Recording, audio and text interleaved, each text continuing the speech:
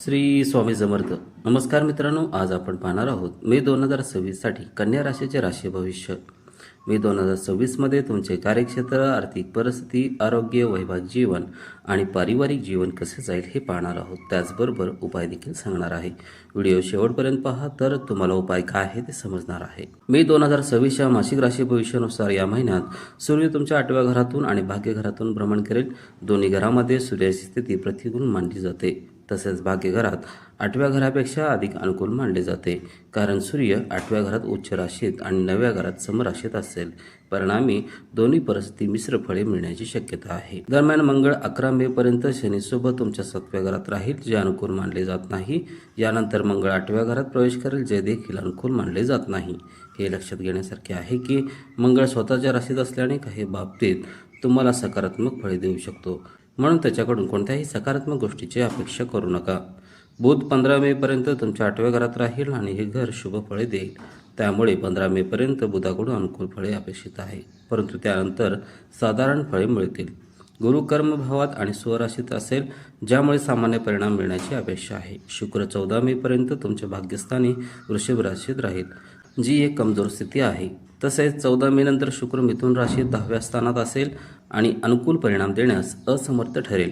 शनी 17 मे पर्यंत मीन राशीत 7व्या स्थानात आणि स्वराशीत राहील. यानंतर तो बुधाच्या नक्षत्रात प्रवेश करेल आणि हे देखील तुम्हाला निराश करू शकते.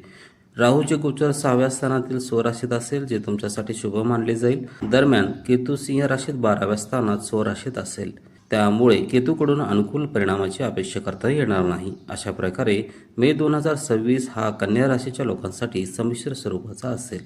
कार्यक्षेत्र, तुमच्या करिअरच्या बाबतीत तुमच्या कर्मभावाचा स्वामी बुध 15 मे पर्यंत तुमच्या 8व्या घरात असून अनुकूल स्थितीत असेल, त्यामुळे तुम्हाला अधिक मेहनत करावी लागू शकते, परंतु तुमच्या प्रयत्नांचे फळ नक्की मिळेल. व्यवसाय आणि नोकरी करणाऱ्यांना अधिक मेहनत करावी लागेल. तसेच 15 मे पूर्वी परिणाम अनुकूल असतील, परंतु त्यानंतर ते कमी होऊ शकतात. या काळात अनावश्यक धावपळ होऊ शकते आणि परिणाम निराशाजनक असू शकतात. तसेच 7व्या घराचा स्वामी गुरु सामान्य स्थितीत असेल, ज्यामुळे व्यवसायाच्या दृष्टिकोनातून परिस्थिती साधारण राहील. तसेच 7व्या घरात शनी आणि मंगळ यांसारख्या ग्रहाचा प्रभाव पाहता परिस्थिती कठीण राहू शकते. हा महिना व्यावसायिक आणि नोकरदार दोघांसाठी थोडा कठीण राहण्याची शक्यता आहे, परंतु तरीही काही यश मिळू शकते. तुमच्या 6व्या घराचा स्वामी शनी तुमच्या 7व्या घरात आहे, ज्यामुळे तुलनेने अधिक कठोर परिश्रम करावे लागू शकतात. तसेच राहूच्या मदतीने तुम्ही काही कठीण आणि अशक्य वाटणारी कामे सहजपणे करू शकाल. हा एक अनुकूल मुद्दा आहे, जो व्यावसायिकांच्या तुलनेत नोकरदारांसाठी बोनस ठरू शकतो. आर्थिक परिस्थिती, तुमच्या आर्थिक परिस्थितीबद्दल बोलायचे झाल्यास लाभ स्थानाचा स्वामी चंद्र आणि द्वितीय स्थानाचा स्वामी शुक्र 14 मे पर्यंत सकारात्मक आर्थिक परिणाम देण्याची शक्यता आहे. जरी धनस्थानाचा स्वामी स्थिती अनुकूल असली तरी खर्चस्थानाचा स्वामी सूर्य धनस्थानावर दृष्टी टाकत असेल, ज्यामुळे अनावश्यक खर्च होऊ शकतो. महिन्याच्या पहिल्या 15 आठवड्यात विशेषतः 11 मे पर्यंत मंगळ देखील धनस्थानावर दृष्टी टाकत असेल, जी एक प्रतिकूल परिस्थिती आहे. तसेच गुरुची दृष्टी द्वितीय स्थानावर कायम राहील. एकूणच मे महिना सरासरीपेक्षा थोडे चांगले आर्थिक परिणाम देऊ शकतो. खर्च होतच राहील, तरीही तुमची आर्थिक स्थिती मजबूत करण्यासाठी तुम्हाला विचारपूर्वक खर्च करावा लागेल. यामुळे तुम्हाला उत्पन्न आणि खर्च यांच्यात संतुलन राखण्यास मदत होईल. आरोग्याच्या दृष्टीने तुमच्या लग्न राशीचा स्वामी असलेल्या बुधाची स्थिती या महिन्यात फारशी अनुकूल नाही. जरी बुध 15 मे पर्यंत तुमच्या 8व्या घरात राहणार असला, जी एक शुभ स्थिती मानली जाते, तरी आरोग्याच्या दृष्टीने ही स्थिती चांगली मानली जात नाही.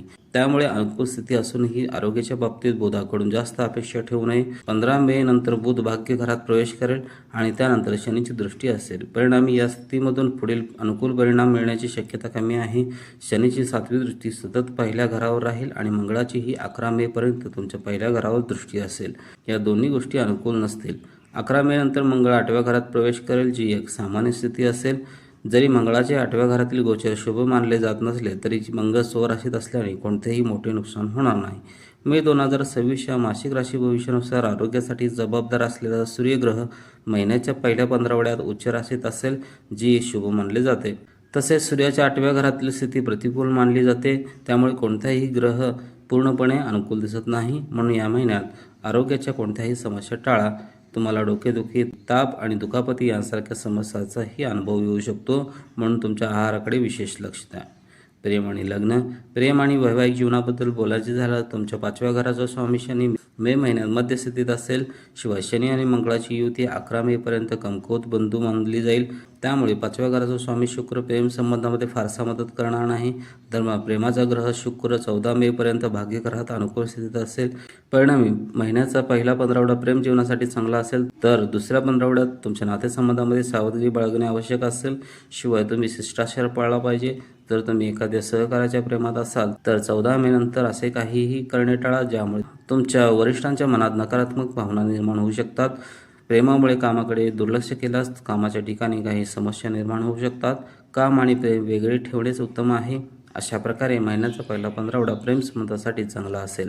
शिवाय हे महिन्यात साखरपुडा किंवा विवाहाच्या संबंधित संमिश्र परिणाम मिळू शकतात. वैवाहिक जीवनासाठी हा महिना थोडा कमजोर दिसत आहे.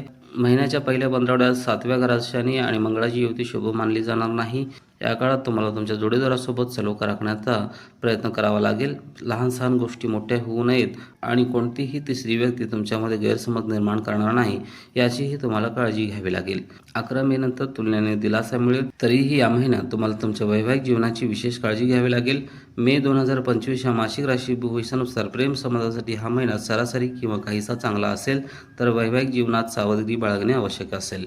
उपाय आहेत: मुलीनं लाल रंगाची मिठाई खाऊ घालावी, गायीची सेवा करावी, सोमवारी शिवलिंगाला अख्खा तांदूळ अर्पण करावा. व्हिडिओला नक्की लाईक करा, शेअर करा आणि उमाशेखर ॲस्ट्रो चॅनलला सबस्क्राईब करायला विसरू नका आणि कमेंटमध्ये ओम नमः शिवाय लिहा. पुन्हा भेटू अशाच एका आध्यात्मिक आणि प्रेरणादायी माहितीच्या व्हिडिओसह. जय हिंद, जय महाराष्ट्र.